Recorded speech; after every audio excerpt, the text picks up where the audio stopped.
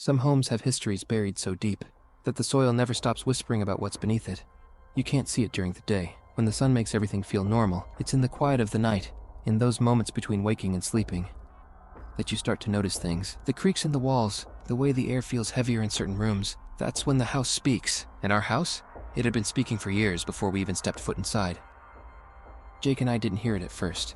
We were too focused on what we thought we were getting. Secluded home at the edge of Redridge, a town so small you could blink and miss it. It had everything we dreamed of. An old farmhouse with a wraparound porch, a big yard surrounded by trees, and nothing but the whisper of the wind through the woods. It felt like an escape from everything that had been weighing us down in the city. But now, looking back, I know the house was waiting for us, watching. And it wasn't long before we noticed it too. The house had been on the market for months before we found it. We'd driven out to Redridge on a whim, tired of scrolling through endless listings online. The real estate agent had warned us that it needed some work, but the moment we saw it, we were hooked. Sure, the paint was peeling, the roof sagged a bit, and the yard looked like it hadn't been tended to in years. But we saw potential, a place we could make our own. I can already picture it, Jake had said, standing in the overgrown backyard, looking out at the towering oaks that lined the property. It just needs a little TLC, I agreed. It was the kind of place that felt like it had stories, and we wanted to be a part of the next chapter. What we didn't realize was that the house had already written its story, and we were walking right into it. Our first few weeks were spent cleaning, painting, and fixing up the little things that had fallen into disrepair over the years. It wasn't easy work, but it felt good. The house was slowly starting to feel like ours. It wasn't until we started spending more time outside that we noticed the other house, tucked away at the back of the property, just beyond a tangle of trees and vines. It was barely visible from the yard. Its gray, weathered siding and sagging roof made it look abandoned. At first, we didn't think much of it. Must have been a guest house or something, Jake had said one afternoon, while we were trimming back some of the overgrowth along the fence. I'm surprised it's still standing. I nodded, wiping sweat from my brow. It's creepy, I admitted, but I didn't think much more about it. After all, the house had clearly been empty for a long time. Or so we thought. It started with little things, small, almost unnoticeable at first. A flicker of movement in the corner of my eye while I was outside hanging laundry, the feeling of being watched when I was pulling weeds in the garden. At first, I shrugged it off. Jake did too. Come on, it's just your imagination, he said one evening when I mentioned it. You've been reading too many of those ghost stories online. I laughed it off, but the unease didn't go away. If anything, it grew stronger. Then, one late afternoon as we were sitting on the porch, enjoying the quiet that came just before dusk, we saw them. Jake was the first to notice. His eyes narrowed, focused on something in the distance. Do you see that? He asked, pointing toward the house behind ours. I followed his gaze and felt my heart skip a beat.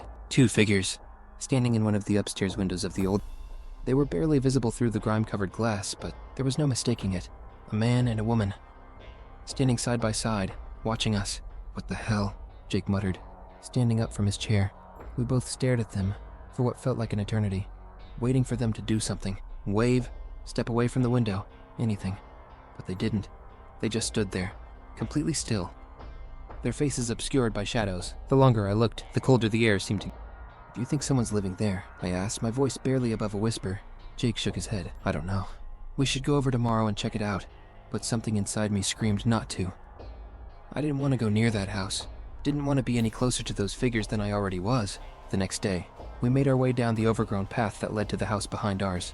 I felt a growing sense of dread with every step we took. Up close, the house looked even worse than it did from the yard. The windows were so caked with grime that you could barely see inside, and the porch was warped, the wood rotting in places. Jake knocked on the door, the sound echoing through the stillness. Nothing. He knocked again, louder this time. Still nothing. I guess no one's home, Jake said, turning to leave. But just as we were about to head back, the door creaked open. Just an inch. I felt a jolt of fear shoot through me as a figure appeared in the doorway, a woman, her face pale and gaunt, her eyes hollow. She looked like she hadn't seen sunlight in years. Can I help you? She rasped, her voice barely more than a whisper. Yeah, Jake stammered. We're your neighbors. We moved into the house next door, and we thought we'd come introduce ourselves. We noticed a couple people in your window last night. There's no one else here, the woman interrupted, her voice sharp and cold. Jake and I exchanged a glance, but we both saw them, I insisted, my pulse quickening. A man and a woman in your upstairs window. The woman's eyes darkened, and for the first time, I saw something behind them. Fear. There's no one else here, she repeated, her voice a low hiss. Then, without another word, she slammed the door, leaving us standing on the porch. We didn't talk much on the way back to our house. The encounter had left both of us shaken. Who was that woman? And why had she lied? We had seen the figures. There was no mistaking it. That night, I lay awake in bed, staring at the ceiling, my mind racing. Every creak of the house, every rustle of the wind outside made my skin crawl. The air in the room felt heavy, suffocating, like something was pressing down on me. I kept replaying the encounter in my head. The woman's hollow eyes, the way her voice had turned cold when she denied everything. And then, just as I was starting to drift off, I heard it. Knock, knock, knock. At first I thought it was a dream, but then it came again, soft, deliberate knocking, coming from the backyard window. I froze, my heart pounding in my chest. I didn't want to move, didn't want to look, but the knocking continued, steady and insistent. Knock, knock, knock. I reached over and shook Jake awake. "Do you hear that?" I whispered. He groggily sat up, rubbing his eyes. "What?" "There's someone knocking on the window." He blinked, listening. The knocking came again. Knock, knock. He threw off the covers and grabbed the flashlight from the nightstand. "Stay here," he said, his voice tense. I held my breath as he made his way to the window. For a moment, everything was silent, and I hoped, prayed that it was just the wind. But when Jake came back, his face was pale. "There's no one out there," he said, quietly, but someone was knocking. Over the next few days, the knocking continued. Sometimes it was faint, like a tap-tap-tap against the glass. Other times, it was louder, more aggressive, as if whatever was out there wanted to be let in. We kept the blinds closed, hoping it would stop, but it didn't. And with each passing night, the feeling of being watched grew stronger. It wasn't just the knocking either, it was the dreams. I started having them a week after the knocking began. In the dreams, I was standing in the backyard, staring up at the house behind ours. The figures were always there, watching me from the upstairs window. But in the dreams I could see them more clearly. Their faces were twisted, pale, their eyes wide and hollow. They were calling out to me, but no sound came. It was just their mouths moving silently, over and over. I woke up drenched in sweat. The image of their faces burned into my mind. Jake had them too. He didn't want to admit it at first, but after a few restless nights he told me. "They're trying to tell us something," he said, his voice shaky. "I don't know what, but it's like they're trapped."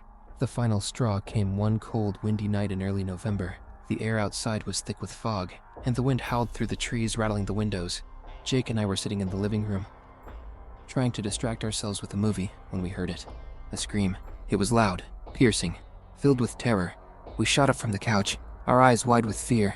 "What the hell was that?" Jake muttered. The scream came again, louder this time. It sounded like it was coming from the house behind him. I ran to the window and threw open the blinds. The house was dark, its windows empty, but the scream kept coming, echoing through through the trees, raw and desperate. "We need to call the police," I said, grabbing my phone.